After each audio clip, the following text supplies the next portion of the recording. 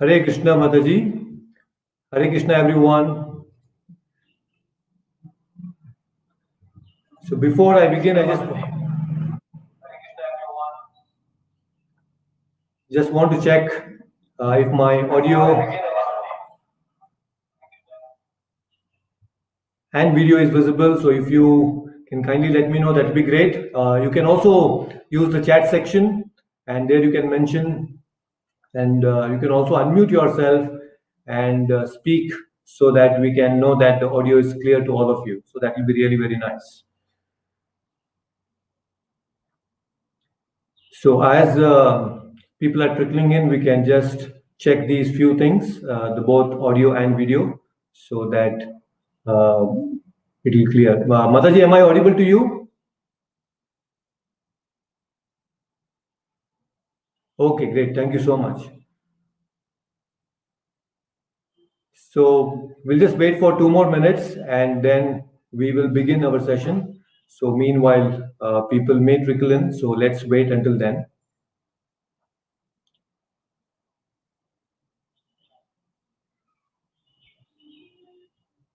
So this is the first time that we are trying out here in StreamYard. Just wanted to check this so that we can reach out to a lot of people. And this is also quite convenient, I guess, so that it's not just we, a few group of people interacting and discussing about this particular topic on Bhagavad Gita, but also it is very nice when there are a lot of people join us. So that is how there was a request for me that I should do something uh, online, especially on YouTube. And I thought I should create a channel on YouTube and then start uh, sharing some videos on spirituality. And then I also noticed that there were a lot of people, especially from my community. I belong to the Savaji community, and there is absolutely no spiritual talks happening in that particular community in the local language. So I thought, why not have a discussion and a channel exclusive for them. But at the same time, since we are all meeting here, we can have live sessions in English as well. So that way it will be really very nice and we can all discuss these things online. So it will be very nice. So, well, very nice. Welcome. I see some of you are here. I see Hina Mataji is here. Uma Kumar Saran is here. And I see another person called BC. If you can kindly introduce yourself, that would be really very nice. And in a short time, we will begin. In just few moments, we are going to start the session. But before that, if you can introduce yourself, will be very nice. BC, Hare Krishna.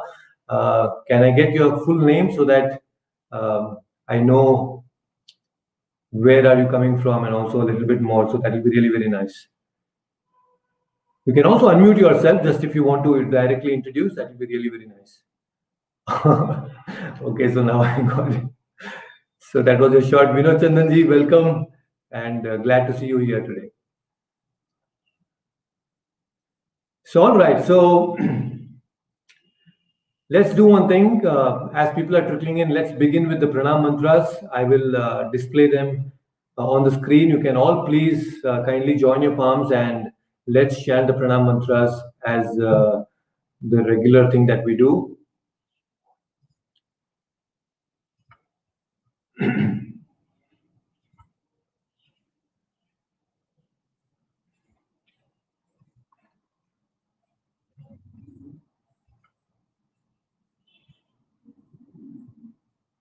Okay, so just give me a minute. So I also see Lasya has joined and also Dev Chandan is here. So wonderful. So all of you have joined here.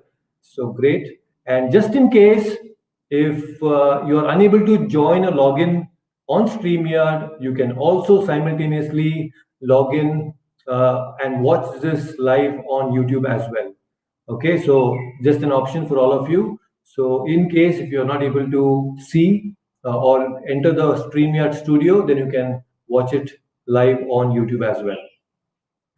So let me go ahead and share my screen and then let's begin.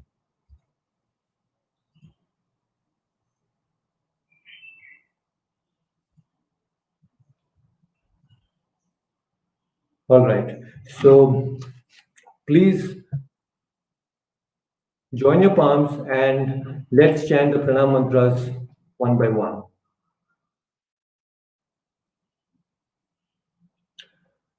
Namo Vishnupadaya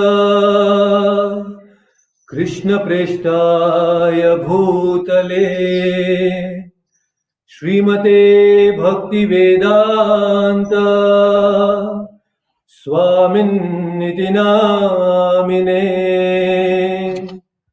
Namaste Saraswate Deve Gauravani Pracharine Nirvishesha Shunyavadi Paschat Deshatarine Jaya Shri Krishna Chaitanya Prabhu Nityananda Shri Advaita Gadadhara Shrivasadi Gaura Bhakta Vrinda Namo Mahavadanyaya Krishna Prema Pradayate Krishnaya Krishna Chaitanya Namne Gaura Tvishe Namah Namo Brahmanya Devaya Go Brahmana Hitaya Cha Jagadhitaya Krishnaya Govindaya Namo Namaha He Krishna Karuna Sindhu Dinabandho Jagatpate Gopesha Gopika Kanta Radha Kanta Namostute Tapta Kanchana Gaurangi Radhe Vrindavaneshwari Rishabhanu Sute Devi Pranamami Hari Priye Pancha Kalpatarubhyasya Kripa Sindhubhya eva cha Patitanam Pavanebhyo Vaishnavebhyo Namo Namaha Hare Krishna Krishna Krishna Hare Hare Hare Rama Rama Rama Hare Hare Om Ajnanatimirandasya Ajnananjanashalakaya Chakshurunmilitam Mena Tasmai Shri Guruve Namaha. So let's offer this session to His Divine Grace A.C. Bhaktivedanta Swami Srila Prabhupada, my beloved spiritual master, who is the founder Acharya of the International Society for Krishna Consciousness. So, I welcome all of you once again to the Bhagavad Gita study circle. We have been doing this sessions since last few months, and we have already completed the first and the second chapter, and right now we are discussing the third chapter, that is Karma Yoga, and we are in session number 30.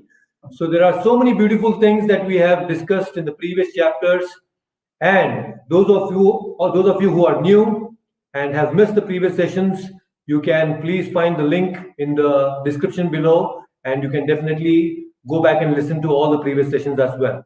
So now, in this third chapter, which began with very important questions of Arjuna, because Arjuna was confused after listening to some of the thoughts that Krishna shared in chapter 2. Because Krishna had shared simultaneously about both jnana and karma, Arjuna was thinking, what should I do?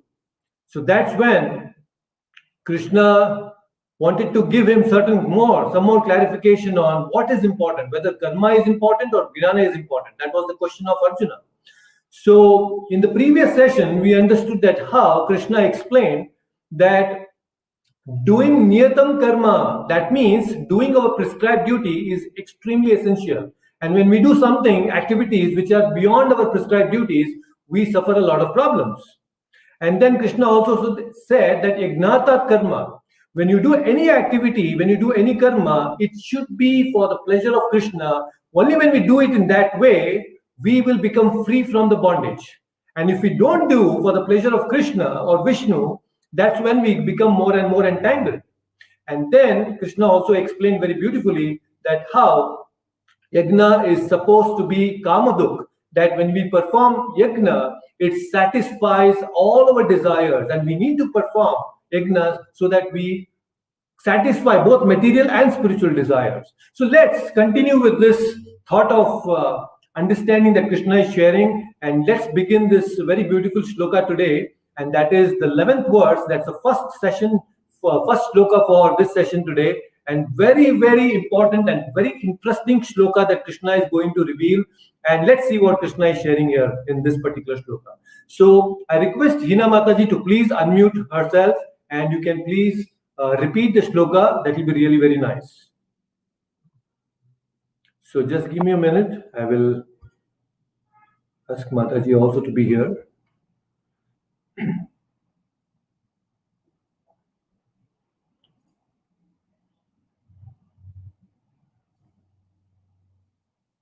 All right, Mataji, can you please chant along with me?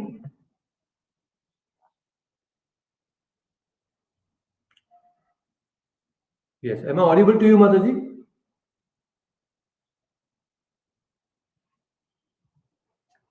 So just give me a second so that I just fix this.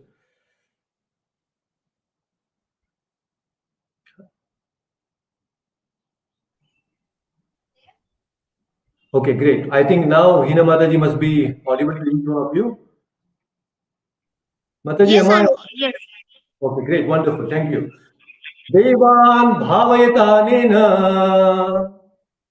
Devan bhavayatamena. Te deva bhavayantu vaha. Te deva bhavayantu vaha. Parasparam bhavayantaha. Parasparam bhavayantaha. Shreya param avapsyataha. Shreya param avapsyataha. Let's do that once again. Devan bhavayatanena. Devan bhavayatanena. Te deva bhavayantu vaha. Te deva bhavayantu vaha. Parasparam bhavayantaha. Parasparam bhavayantaha. Shreya param avapsyataha. Shreya param avapsyataha.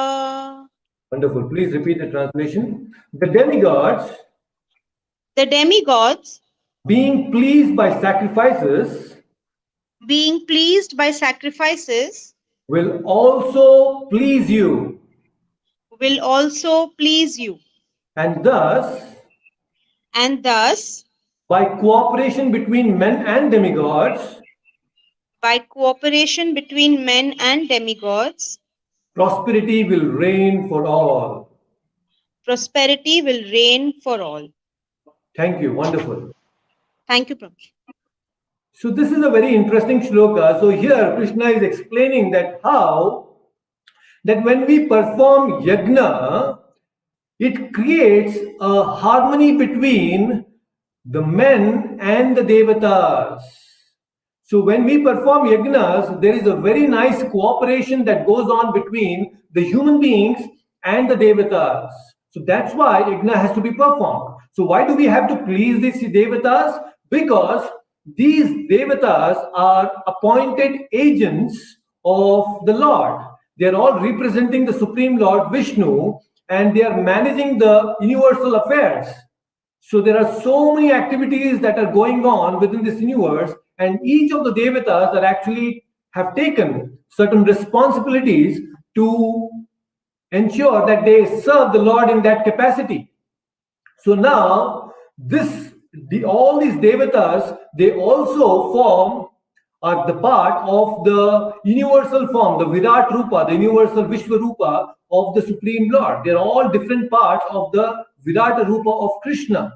So all these devatas are very integral part of our life. Why do I say so? It's because our scriptures very beautifully say that each and every moment within our body is actually taken care by a certain devata.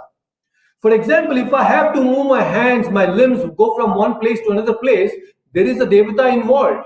If I have to breathe, there is a devata involved. If I have to blink my eyes, there is a devata involved. If I have to digest the food within the devata, there is a devata involved. If there is a conception that has to happen, for example, child conception, there are devatas involved.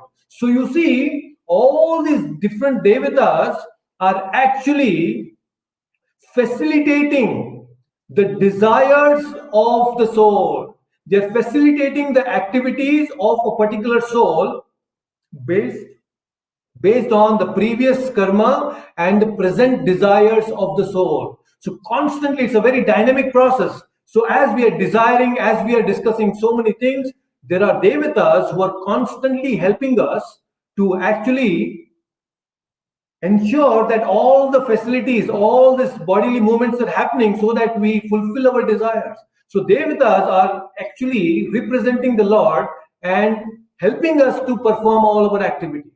So that's why yajna has to be performed.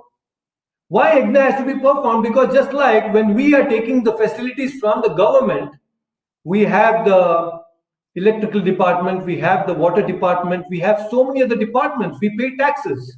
And when we don't pay taxes, that's when the problem comes. A small child, Prabhupada says, a small child, when he opens the tap, he doesn't understand how the water comes, he just enjoys the water. But as an adult, as a sensible person, you know that it's all coming because you have paid your bills, you have paid your taxes. That's how the electricity and all the water and everything else is coming up, right? So similarly, we should not become childish. We should not remain childish. We should know that all these beautiful things that are happening in this world, including our own bodies, is actually being facilitated by the devatas. And ultimately, Krishna is the Yagnapati. He is the supreme beneficiary of all the yagnas. Any yagna that is being prescribed in the Vedas are actually ultimately reaching the Supreme Lord. Extremely important. You see now, Krishna is saying, when there is a nice cooperation between the devatas and the human beings, then the whole universal affairs, they cooperate very nicely and they are very nicely taken care by both human beings and the devatas. So Lord is very pleased by yagna. And one more very interesting point that that Prabhupada is making in his purport about yagna, and Prabhupada says that when we perform yagna, what happens? Especially in the Vedic times, when we perform yagnas, there used to be food offerings that used to go on as a part of the yagna. So when we perform yagna and we offer food, what happens is ahara shuddhau sattva shuddhihi sattva shuddhau dhruva smritihi smriti lambe sarva grantinam vipra mokshaha, which means ahara shuddhau. When you perform yagna, what happens is there is a purification of the food stuff that you have offered. The food becomes sanctified. And when you take that sanctified food, then what happens? Your existence as human being becomes more purified.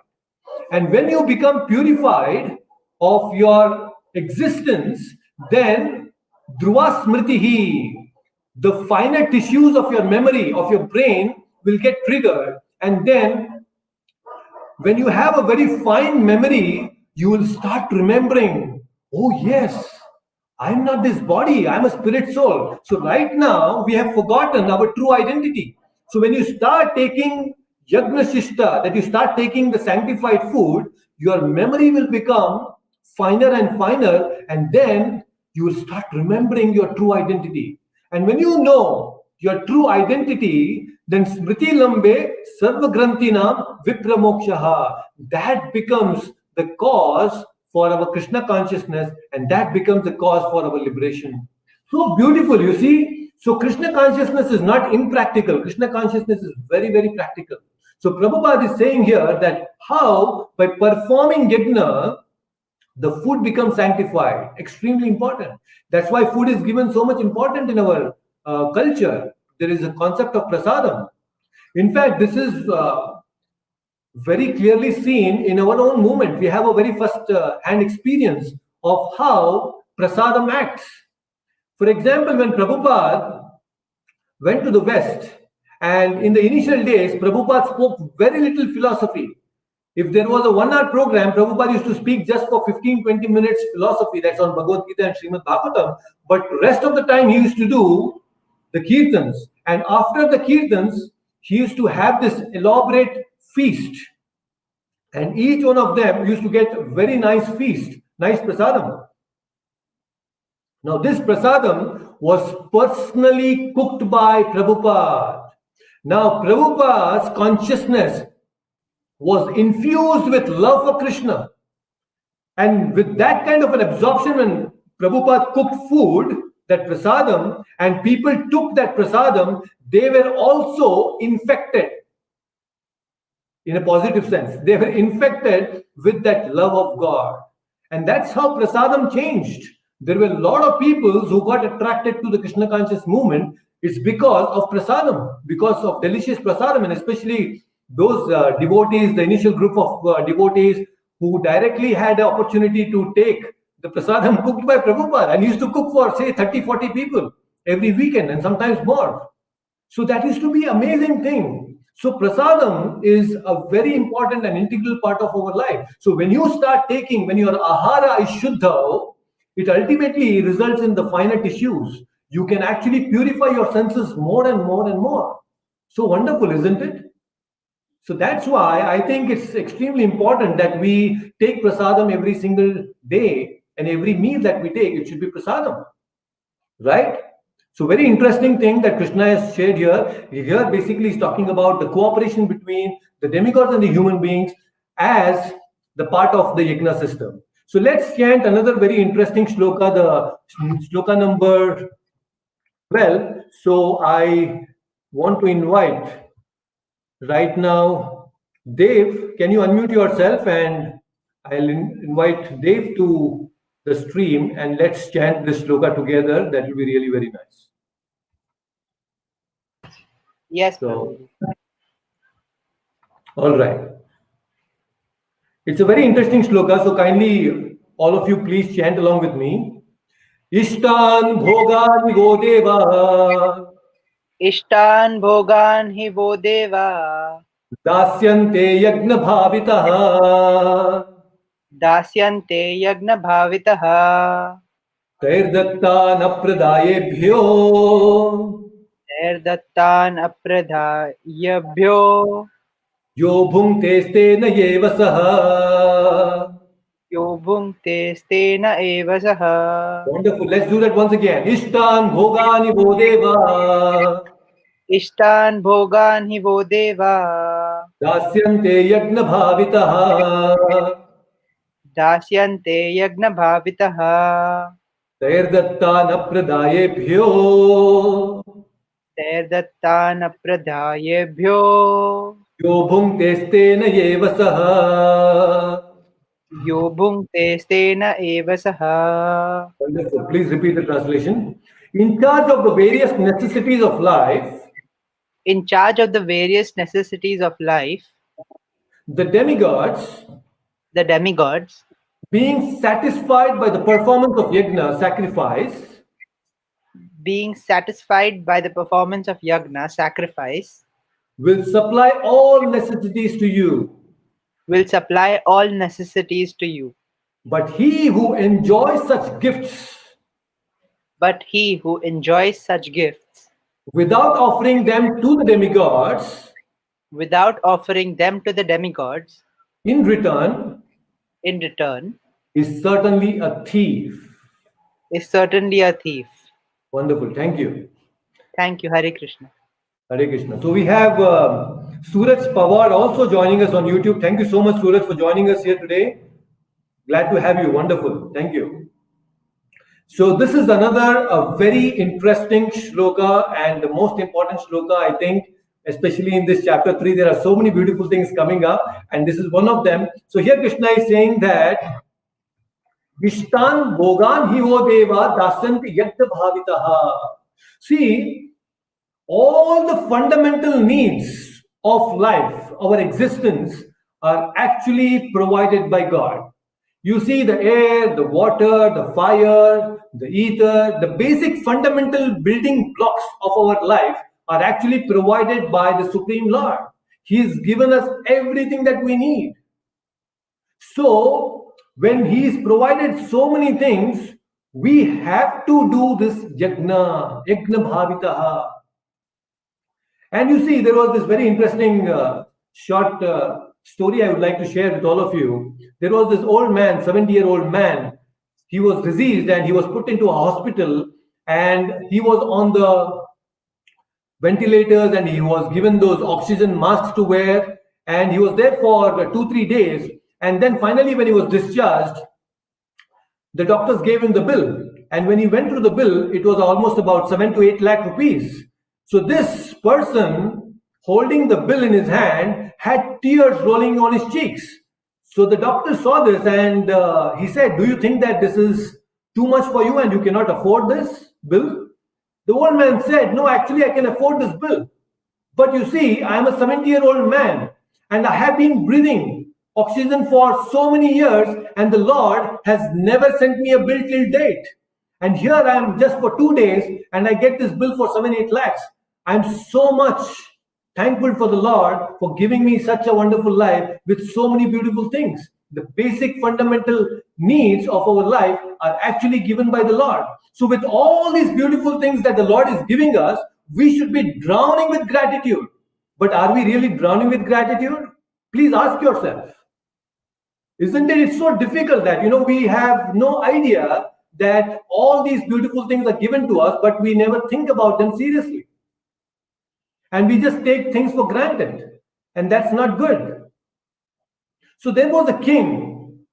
And this king, he was a very good king and ruling very nicely. And often, in the kingdom, people have this royal parties and functions. So he had noticed that most of his ministers and almost all his ministers, they used to come and enjoy the parties, drink, eat, be merry, and talk to each other, and then just go, leaving the meeting, the functions, without having any gratitude towards the king nor the Supreme Lord.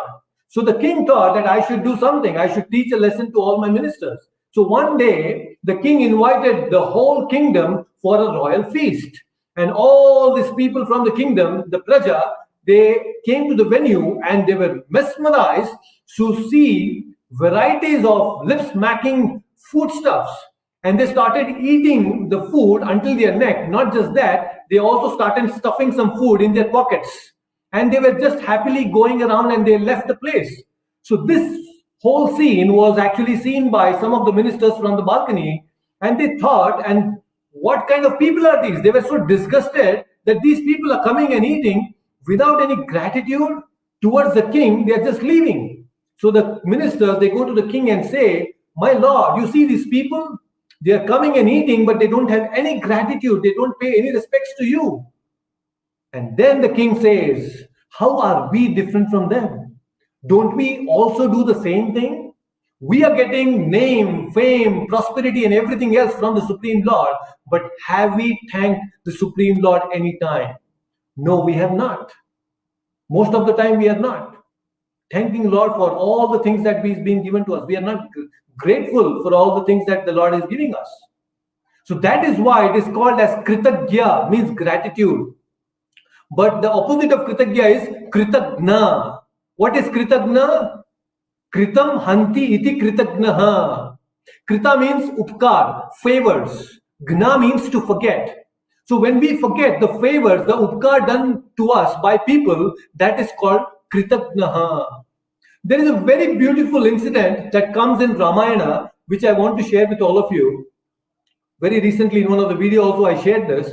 So it says that how when Lord Rama, he killed Vali and made Sugriv as a king, Sugriv was very happy, but Sugriv had given a word to Lord Rama that he will help Lord Rama in finding Mother Sita. But the moment he became king, he kind of neglected this word that he had given to Lord Rama. Now Lakshmana was very furious, and he goes to Sugriva and he speaks something very interesting. So Lakshmana says to Sugriv that if you commit a Brahmana Hatya, there is repentance for that. If you do Go Hatya, there is repentance for that. And if you do Krita Bhanga, that means sometimes Vrata Bhanga that happens, that we take some vows and we are not able to follow them, then there is repentance for that. But Lakshmana says that Kritagnehe Nasti Nishkritihi. There is no repentance for ingratitude. So we should be very careful when we are receiving some favors from people. We should be grateful to these people. And we are receiving so many things from all these devatas and the Supreme Lord, but we are not grateful at all. Right? So if this happens to be an incident from Ramayana, there is another very interesting incident that comes in Mahabharata as well. So there was this person, and he was born in a very nice Brahmana family, Brahmana Kula. His name was Gautama. This Gautama, although born in a very nice family, a cultured family, because of the bad association, he started getting into all dushkarma. He started doing all nefarious activities. So one day, this Gautama, he walks into the forest in search of some wealth. He wanted to get some money. So in order to find some wealth, he walks and walks and walks into the forest. And then finally he becomes tired and he sits under a tree. And that tree happens to be a home of Hamshipakshi, a swan. And the name of this swan was Nalijanga. So this Nalijanga, the swan, Hamsapakshi, he asks this Gautama, hey, who are you? Where did you come from? So Gautama says, my name is Gautama and I have come from the nearby village. And this Nalijanga, this Hamsapakshi, does such a nice, wonderful Atiti Satskar. It gives him nice fruits to eat, water to drink. And just imagine a bird doing all these things. Amazing thing, isn't it? So this Nalijanga, this swan, he asked Gautama, what makes you come here to this dense forest? And then Gautama says, actually, I'm in need of wealth, and in search of wealth, I have come to this forest. Oh, is it so? So the swan says, the Hamsapakshi says, I have a friend, his name is Virupaksh, and he is the king of all the Rakshasas. You just go to him and then tell my name, he will give you a lot of wealth. So Gautama was very happy and he said, yes, I'm going to do that right away. And he goes and walks in the direction in which the Hamsapakshi had told him to. And then finally, this Gautama meets this Virupaksha, the king of the Rakshasas. And he says that, oh, you see, my dear king, I have been sent by your dear friend Nalijanga, and he told me that you will be able to give me some wealth. I'm in need of wealth. So moment Virupaksha listens and hears this, that this person has been sent by my friend Nalijanga, he was so overjoyed. He said, oh, you have come because of my friend? I'm going to give you a lot of wealth. Just by the word. That friendship was so intense that he was ready to give him all the wealth. And he gave him so much wealth that Gautama could not carry that much of wealth. Just imagine. And Gautama started carrying back this whole wealth back into the same place where he met this swan. And he was so tired and hungry that he was walking and walking. Finally, he comes close to this place, and then this swan, this Hamsapakshi, has already made very nice arrangement for him to sit, and there is a campfire already lit. So this Hamsapakshi was so sensitive to invite his own guest. And then this Gautama, he gets a very perverted idea, this perverted thought, and even now I have got wealth and I'm really hungry. I don't need this swan anymore. Let me kill this swan and eat it. And with this perverted thought, he kills this Nalijanga, this swan, which had actually helped him. See, no gratitude at all. Absolutely no gratitude. He kills the swan and he eats the swan. This is a very unexpected, or rather we should say, This is why humans are very unpredictable. Garuda Purana makes a very interesting point, and Garuda Purana says that how human beings they behave. Garuda Purana says that punyasya phalam icchanti, punyam nechanti manavaha, papasya phalam nechanti, papam kurvanti yatatnataha. Which means punyasya phalam icchanti. This man, humans, they want all the good result of punya, but punyam nechanti manava. They don't want to do any good. Papasya phalam nechanti. They don't want the result of bad activities, impious activities, but papam kurvanti yatatnaha. They are always eager to perform papa. This is human psychology. It's very difficult to predict. You see, absolutely no gratitude, and this is what happens to this Nadi Janga. It's been killed, and this news reaches to the king of Rakshasas, Virupaksha, and he comes with his troops, and within moments, they actually give a very bad death to Gautama, and he's also dead. And then this Virupaksha, who was a friend of this swan, he thinks that, oh, I have to do some antim samskar to my friend. He starts finding some bones, and he collects all the bones, and just when he's about to perform the Pindadana, the last rites, that's when Indradev comes, and he immediately resurrects, brings back Nalijanga back to life. Virupaksha is very happy to see his friend back alive, and then Indradev is also very happy, and he asks Nalijanga, "Oh my dear swan, Hamsapakshi, ask me a boon." And this Hamsapakshi says that please bring back this Gautama back to life. You see, Indra says, "Oh, this person, he killed you. You want this person to be back alive?" Yes, he had come to my home as a guest, and I don't want anyone, any guest to be dead in my home. So please bring him alive. See the kind of mercy that this swan shows. And then Indra, being pleased, brings back Gautama to life. And then he understands, he comes to his senses. So the whole idea, the point here is, I shared this story just to drive the point across that how we are so indebted to so many people. And we have to be grateful for all the things that especially the Supreme Lord has given us. There are so many people who don't get one meal a day. There are so many things that people miss out, isn't it? No proper shelter, and especially now because the winter is already begun, there are so many people on the streets in the dead cold. But still, you see, people are living there and with so much of pain. And we are here in cozy apartments and we are nicely enjoying this session today. All because the Lord has provided all these beautiful things for us, isn't it? So now, why we need to perform yajna is because we have to escape this vicious cycle of exploitation. This human being have this idea of exploitation, and we have been exploiting Mother Nature left, right, and center, isn't it? And that's why we see so many pandemics coming and epidemics coming and this disease and that disease, because we are constantly exploiting. So when we become exploitative, then all these devatas, they also start retracting from all the benefits they're giving us. So they create that scarcity within the society. And that's why there will be no proper rains, there will be no proper food grains.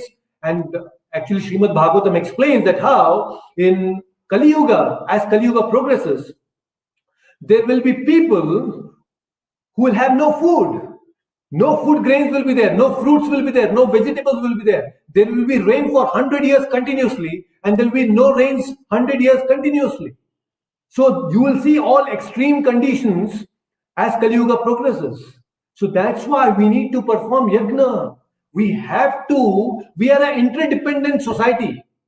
And since we are an interdependent society, we have to have this paraspara relationship between the devatas, the human beings, and the Supreme Lord. And in order to do this, the scriptures had very nicely recommended for us to do Pancha Mahayagna. What is Pancha Mahayagna? See, as Grihasthas, especially Grihasthas, it is said that invariably we end up doing some sins every single day. How is that? Knowingly, unknowingly, we commit some sins. For example, while we are brewing, we kill certain living entities. That is a sin. When we ignite some fire while cooking, in that fire there are some living entities which get burnt and they die. That's also a sin. While we are washing the vessels with some water, then there is also some animals and living entities that get killed. Then while we are grinding, then we kill some animals and living entities. Similarly, when there is pounding, sometimes we use the mortar or the pestle and we try to grind something, we see even that time we end up killing some living entities. So in order to become free from all these sins that we commit on a day-to-day basis, there are Panch Mahayagnas that is being explained by the Shastras. They are generally called as Ahuta, Huta, Prahuta, Brahmahuta, Prasita. So all these are different types of yagnas, Pancha Mahayagna, where we perform yagna for the Devatas, we perform yagna for our Pitras, our ancestors, then for all we also offer the Bali for all the Bhutaganas. Bhutaganas means generally in South Indian temples, you will see that there is Bali Pitam, very right close to the Garuda Stamba, you will see the Bali Pitam where the rice cakes are kept for the living entities in general. So we have to feed the other living entities and all the dependents especially. So when there are people dependent on us, we have to take care of them. We have to feed them. And especially Atiti Satkar. Atiti is a person who comes uninvited. Who is Atiti? Anybody who comes uninvited is an Atiti. So we have to feed Atitis as well. And then finally you have to maintain yourself, feed yourself.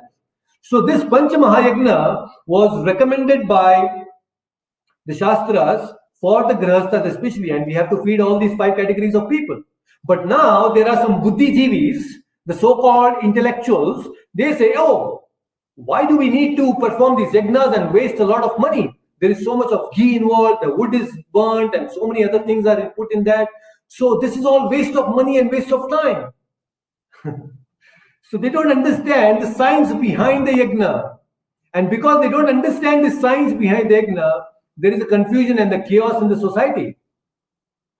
So, they come up with this idea, hey, we don't need any clouds or all these devatas. There is no such thing as devatas.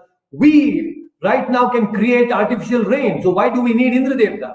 We don't need Indra Devata. And sometimes these people in Karnataka, the Karnataka government, they want some rain here in Karnataka, they go and do this cloud seeding. You must have heard about cloud seeding. Actually, they cannot create a cloud, but then they artificially go and insert some sort of chemicals and then they condense the cloud and that's how the rain happens. So, but now they have no control where will it rain. They will actually seed it in Karnataka, but then it will go and rain in Maharashtra. And then there is a fight between Karnataka and Maharashtra, you see. So this kind of things happen because they have no idea that there is a supreme controller. Many times, you must have seen, there are so many thick clouds, dense clouds, which are moving around you. They don't rain in your place, but they go somewhere else and they actually rain. It's all properly managed by the Devatas, the assistance of Indra, because he is the controller of rain. You see? Now, what is the cloud? You can just imagine, please understand this. It's a very important thing to notice. This cloud is a aerial water tank which is moving from one place to another place. Can you imagine a water tank floating in the air from place to place? Such a wonderful technology. And this cloud is anti-aircraft. What do I mean by anti-aircraft? It means the aircraft can just pass through the cloud and there is no damage to this wonderful tank that has been created by the Lord.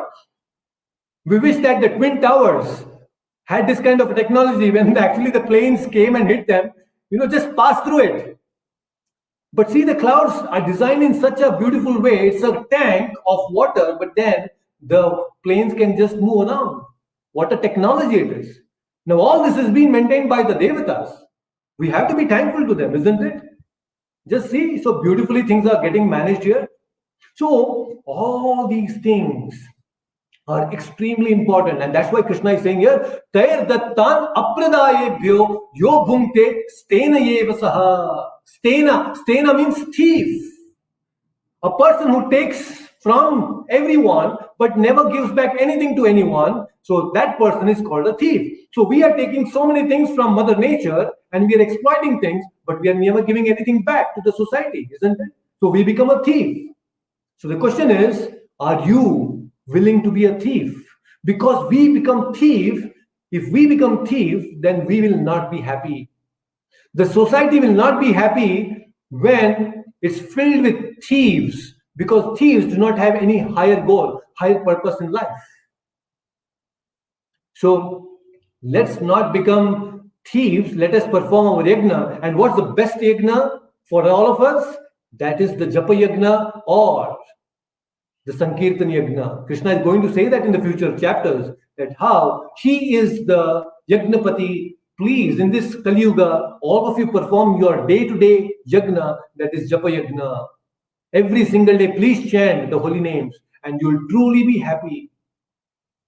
Right? So, let's go to the next verse quickly and let me see who else is there so that we can invite them.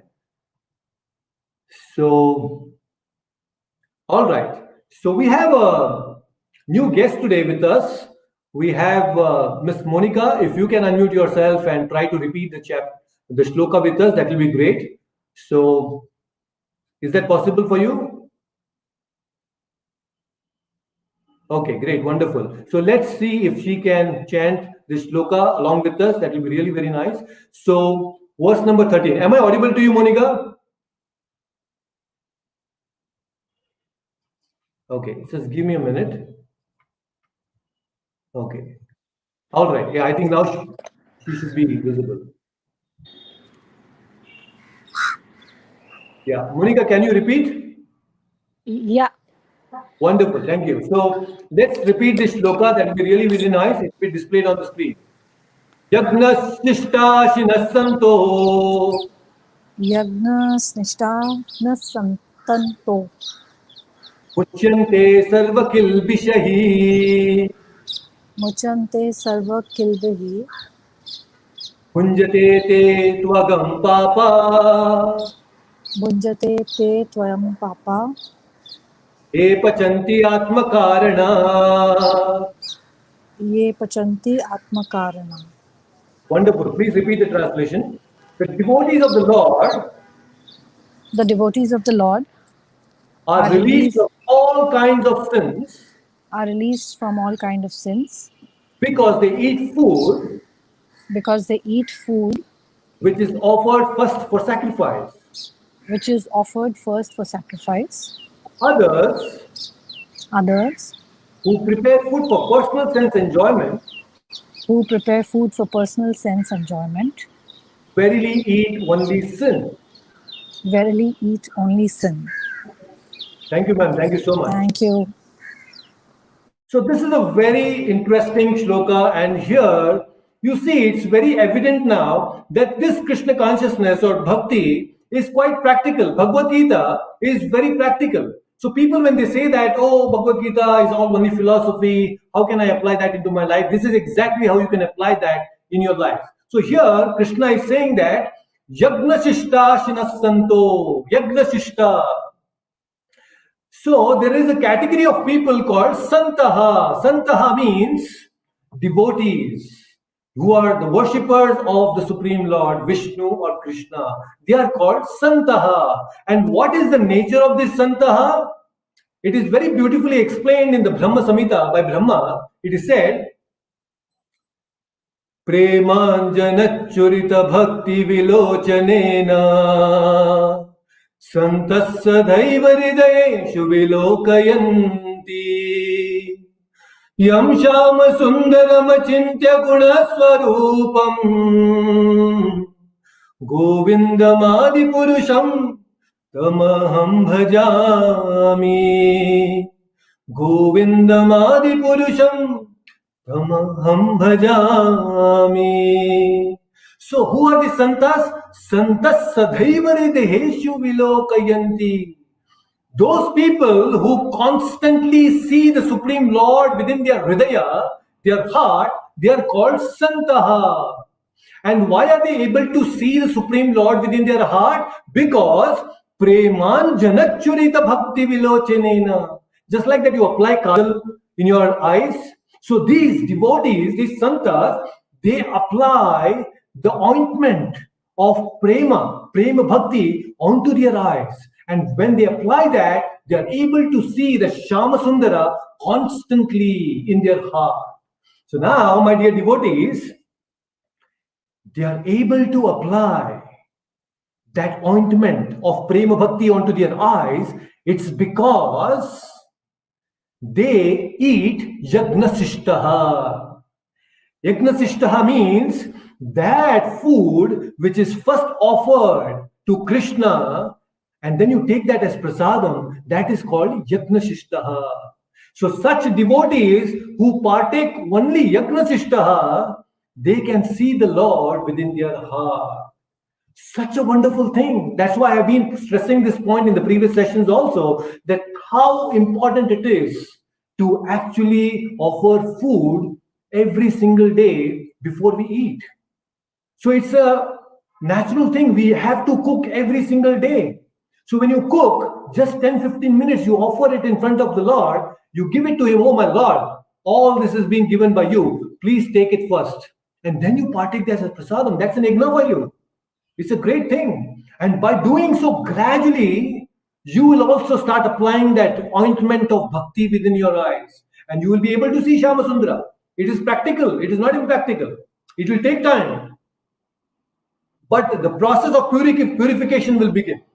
You will very much see the difference between eating the normal food and eating the prasadam every single day. It's not that you have to go to the temple to have prasadam. Prasadam can be right there in your place, in your home. Right? Muchyante sarva kilbishahi, bhunjate te agham papa. But those people who do not offer food or do not perform yagna, agham papa, what do they eat? Ye pachanti atma karana. They verily eat only sin. So anything actually that is not offered to Krishna, that is actually papa. Agham papa, not just papa, but Krishna is stressing here. He's putting an adjective, agham papa. It's a very grievous sin. Just offering food, cooking and offering food is a great yagna that we can perform in Kali Yuga. Very simple, because we are doing it every day. It's just that we have to have that attitude, that sense of, oh my Lord, you are giving me everything, let me offer this to you. It's like taking water from the Ganga and putting it back into Ganga and then praying, Ganga, please purify me. Ganga is not gaining any additional water by you pouring it in the Ganga. But still, the act of giving back to Ganga is actually very purifying. So the Lord has given us so many things. Let's offer back it to Him. He is not in need of all these things. He is not in need. But it is for our purification.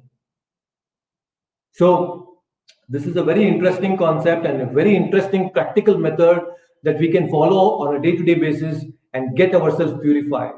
So I really appreciate all of you for being here, and I hope that all of you will take this up very seriously, and please give some time, at least in a week, 2 hours. This very important investment that you can make every single week. 2 hours of your valuable time will really be very helpful. So although I wanted to share a lot of things, but there is an emergency that has come and I have to catch a train in an hour. So I'll not be able to continue till 12:30 today. It's only today.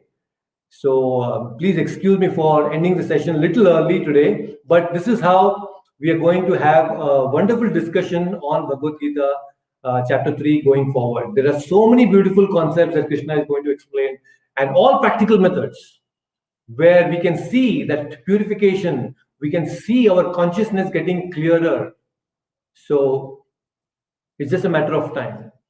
So thank you so much once again for all of you being here, and I will definitely catch all of you again next week, but I have to rush today, and I have to end the session a little early. And we have completed 3 shlokas till 3.13, and we will continue from 3.14 the next week. And I also thank all the viewers on YouTube. Thank you so much for being here and listening. If you are there, please say some Hare Krishna and in the comment section so that I know that you are here. You can just let me know your presence felt here. It will be really good. So that's it for today. Thank you so much for joining this session, and I will see you again next Sunday. And I'll keep you posted of all the upcoming events as well. So thank you so much once again. Take care. Hare Krishna.